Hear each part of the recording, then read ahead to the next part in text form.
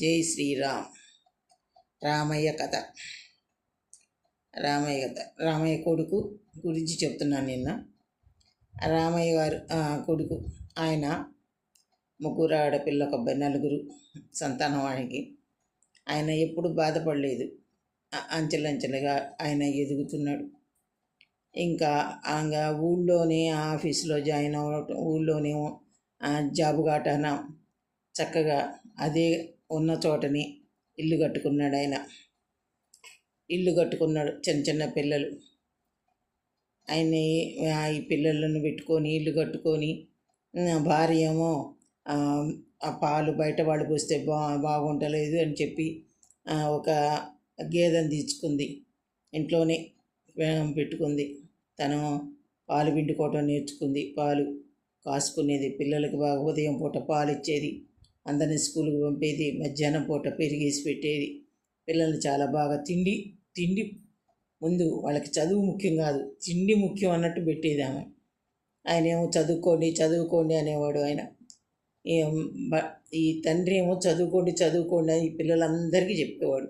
కానీ భార్య మాత్రం శుభ్రంగా పుష్టిగా ఉన్నారా లేదా, పిల్లలు స్నానాలు చేయించటం, మంచి బట్టలు వేసుకోవటం, మంచి తిండి తినటం, మా పిల్లల్లాంటి బట్టలు ఎవరు వేసుకోకూడదు, మా పిల్లల్లాంటి తిండి ఎవరు తినకూడదు అన్న భావం ఆమెకి. అంతేకాని పిల్లల్ని బాగా చదివిద్దాం, గొప్పవాళ్ళని చేద్దాం, సంస్కారవంతులు చేద్దాం అన్న ఆలోచనే ఉండేది కాదు.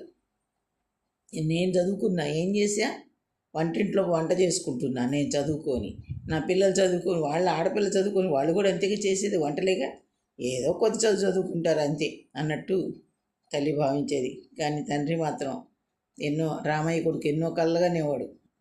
ఆడపిల్లల్ని, నా చెల్లెల్ని చదివించలేకపోయా, ఏదో చిన్న 2, 3, 4, 5 లోపు చదివారు, నా కూతుళ్ళనన్నా చదివించాలి, పెద్ద పెద్ద జాబులు చేయించాలి, మగవాళ్ళతో సమానంగా పెంచాలి అన్న ఫీల్ అయ్యేవాడు.